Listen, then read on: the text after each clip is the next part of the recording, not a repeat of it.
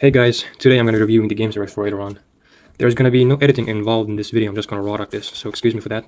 First thing you're going to notice is the travel case. This comes bundled in with the package, it's a nice little addition. You don't usually see it on other controllers, so can't really complain about that.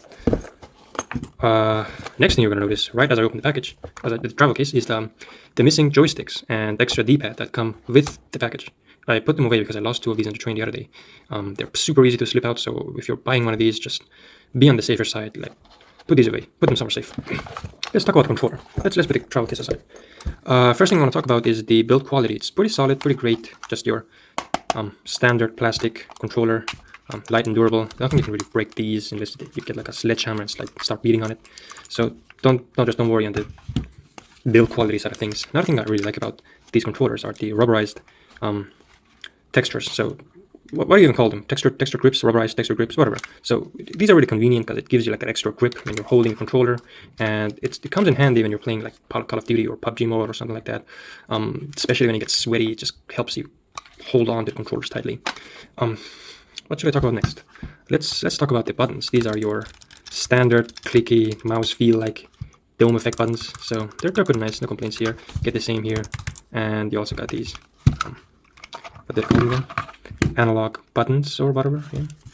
No complaints. They're just your standard functioning pair of Android controllers. They're pretty high quality, I guess. I guess there are lower quality ones out there. You'd worry about like, oh no, it's gonna wear out over time. It's gonna get cooked over time. No, don't worry about that. And these what are they called again? These joysticks are Hall effect joysticks, and they're pretty nice. You're not gonna get any strict grip with them. They're super accurate. 10 out of 10 recommended. Yeah, that's as far as that goes. Now, one complaint I have with this controller is the D-pad. The D-pad is literally atrocious.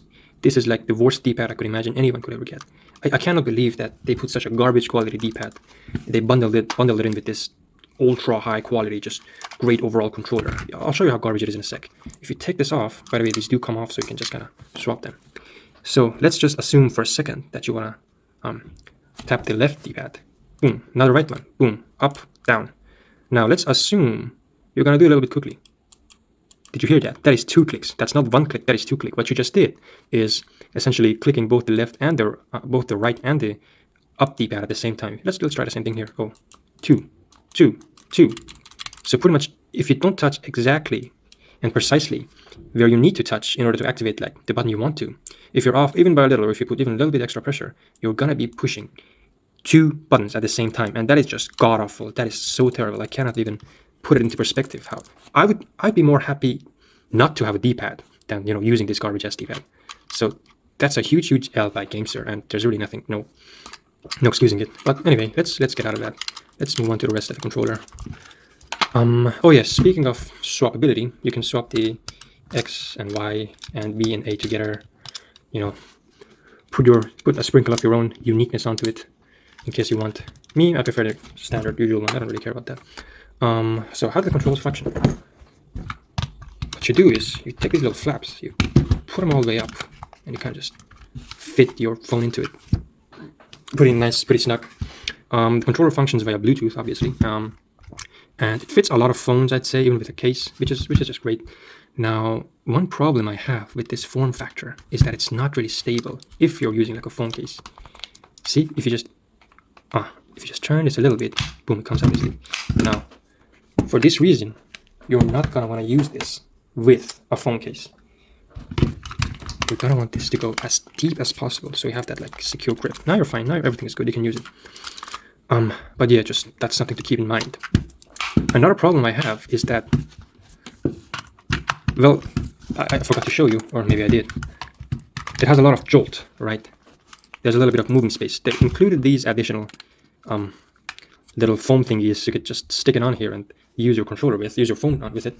It's to reduce, you kind of manage this exact same problem, but it's not exactly helping too much. It's better than nothing, but it's not like a huge help. So just a reminder, if you're like playing and you got like one hand, maybe your other hand is doing something else, maybe like you're playing with your left hand alone. I don't know why you want to play with your left hand alone, but that's your business. This is just gonna fall, at least in my case. Sometimes it just falls and like boom, everything falls apart and the controller disconnects, and you just have to go through the whole trouble of putting things back together again. So that's kind of annoying, but it doesn't happen too often. That's not something to worry about. Another complaint I have is that this is a Xiaomi 11T, and it's like a pretty alright phone. Like, it doesn't have a huge camera bump. It fits in just perfectly without the case. But my ROG 8, on the other hand, my main phone, the phone I do my gaming on, it actually doesn't fit in this controller. The camera bump is too big, right? So unless I like take this flap, put it to the front, and just hope that this thing doesn't fall apart, I really can't use this controller on my ROG 8. So that's one thing to be aware of. It doesn't work with every phone. And speaking of not working with every phone, it doesn't work on iPhones. There are different pairing modes. One of them is the standard Gamesir X4. Just tap the Xbox button and the A button to get Gamesir, and I think the Xbox button and B button, you get a Xbox controller pairing mode. But regardless of which pairing mode you use, you can see it lit up. Regardless of which pairing mode you use, you cannot use this controller on an iPhone. At least I tried on some of my friends' iPhones, and it just didn't work. There are people using it with iPhones, but I don't know how. It's just kind of difficult. Also, it connects to an iPhone, but you can't use the Gamesir app with it. The Gamesir app is what you're going to use to kind of map the buttons when you want to play something, when you want to play a game that doesn't support controllers natively. You're going to need the Gamesir app. And that app is not going to work on an iPhone and this controller. So just, if you have an iPhone, you better move on with your life, I guess. And yeah, another thing I forgot to mention is that in this form alone, the controllers are turned off. If you want to turn them on, they turn on automatically. Just push this to the top, and the thing turns on. Like when you put your controller in it, when you put your phone in the controller, you gotta push this. So like you don't have an option. And yeah, these things turn on by themselves. So that's one thing to mention. And another thing I really like is these RGB lights. I think they're really placed really conveniently, and you can customize their looks in the Gamesir app. What else is there to talk about, really? I guess we have some extra buttons here. This button is the menu button. This is like the capture button or something. And I'm not sure what these two do. I don't use them a lot, but yeah, just I guess that's about it. So technically, outside of the limiting form factor that makes some big phones like my ROG 8 not fit inside properly. Outside of that, and the absolute literal hot garbage joystick, I really have no complaints about this controller. And oh yeah, battery life. Battery life is pretty decent. It goes around 4 hours or so, maybe 5 hours at best. I never really managed to completely finish these off in one setting because of how good the battery life is. So no need to worry. No need to worry about that aspect. And one thing I forgot to mention: if you're like a shooter game person, if you play PUBG Mobile or Call of Duty or Warzone or Free Fire or whatever kids play these days, if you're one of those people, here's the magic. You can just aim with the right side and like get all these buttons and this extra controller field on the left side. This is so much more convenient than this. And this is something a lot of controllers don't have. A lot of controllers just come with this. They come connected. You can't just disconnect the right side and shoot with it. You have to do both of them together. But here you can do that. It's super convenient. Like, gives you that extra advantage. At the end of the day, it's a lot easier to shoot with the display, with the touch screen you have. It's a lot easier to aim with it than it is with a joystick. So if you're a PUBG player or whatever, it's going to be great for you. It's going to be a nice, pleasant experience playing like this. And yeah, that's about it. Oh, here's the charging port. Gotta put these two together. Power is going to pass from these little connectors here into the other pair, and we're just going to charge them both at the same time. That's pretty neat. That's pretty nice. And there's really nothing much else to talk about. Just a great pair of controllers for the price, but it's not for every person. The D-pad alone is so terrible, that would stop me from recommending this to other people, the D-pad alone. But I guess if you're someone who plays games that doesn't really need a D-pad, this controller is just perfect. Just make sure you don't use an iPhone, and two, it actually fits your phone. Just make sure about that. Outside of that, it's like a perfect controller, perfectly priced, really cool, really quirky, really nice, great design, great build quality, great everything. It's like 10 out of 10, if not for this, and well, not for that. That's about it. See ya. Alright guys, so a couple of things that I forgot to talk about. First and foremost is the latency. This has super low latency. Obviously it's gonna differ from phone to phone, but I didn't notice any delay, I didn't notice any lags, like ever. Like, these are just really solid and stable and reliable in that aspect. So you're not gonna worry about latency. Except sometimes where there was a little bit of a glitch, there's a little bit of lagging, but it doesn't happen oftenly. Don't worry about that too much. And another thing, if you flip the controller, you're gonna see on the back there is these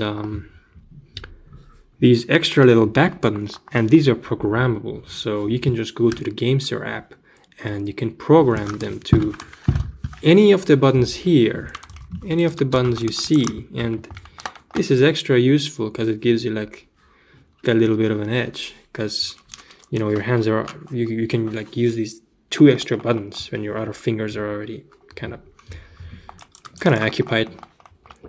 And at the same time, it's gonna be extra useful when you're playing a shooting game. Like I said, you're gonna be able to play this with only one controller. So obviously here it's occupied, here is occupied. So when doing that, you'd normally have only 3 buttons available to you, which is kind of the joystick, the L3 button, the L button, and L trigger. But here you have like an extra button, like this back button. So you're gonna have 4 buttons at the same time, man.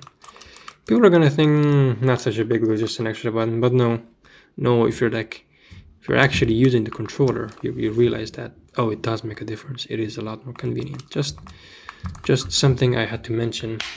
And a couple more complaints I had about the controllers is that the manual doesn't tell you about the pairing modes. The pairing modes I told you about. There's actually a video on YouTube about the Gamesir X4's pairing modes. That's where I learned about it. You can just search it up, Gamesir X4 pairing modes, and the guy will show you everything. But it's just like the Xbox and A button and the Xbox and B button, 2 different pairing modes. So the manual is like doesn't take you through everything.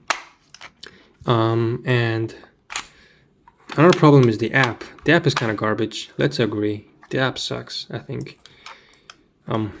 If you ask any person who owns like a Gamesir controller, it gets the job done, it functions, but it could have been better. I think they've been kind of ruining it with every update. And outside of that, I do recommend joining the Discord server, because there's like a lot of other Gamesir owners there. So if you have any technical issues, just go ahead and ask them. Someone's gonna help. Hey, maybe you'll even meet me. Maybe I could help. Yeah, that's about it for real this time. See ya.